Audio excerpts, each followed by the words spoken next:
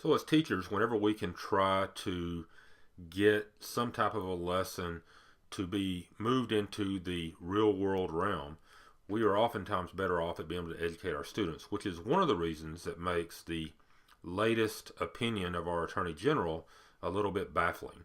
My name is Wes Hickey, Director of the School of Education, and in this Weekly 5 we want to talk about the new Attorney General opinion on transporting students to vote during particular classes. So a recent headline said that Texas Attorney General says it's illegal for schools to bus kids to polling places. I think using the term illegal is really not exactly right. The Attorney General was asked to provide an opinion in regard to being able to move students to polling places to be able to vote as an extension of a lesson in a school.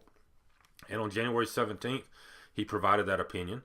And there were two things that I absolutely agree with. One is he says it would be likely illegal to transport employees to these places.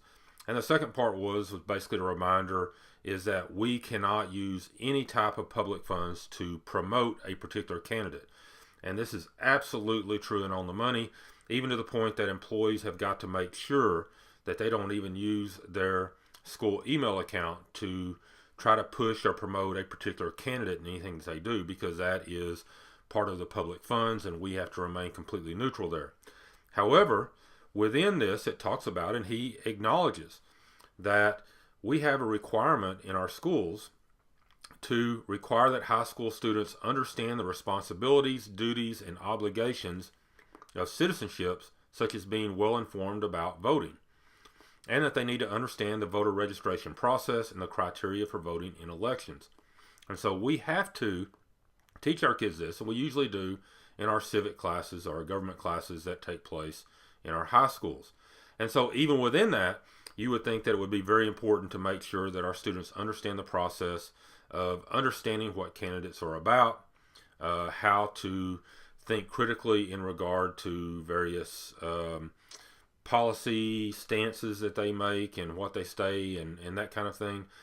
And maybe Ken Paxton, our Attorney General, is worried about whether or not during that process they are influenced by the teacher. And certainly if they are influenced on a particular candidate, not only ability to think, but on particular policies or candidates or anything like that, in order to vote, that would be definitely illegal.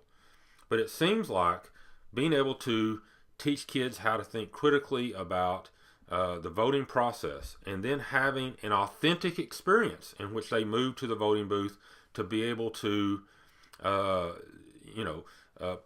actually vote, to create something that authentic would be something that would be very important for our students, and a very important part of the educational process that they would have in high school to learn how to be good citizens in our society.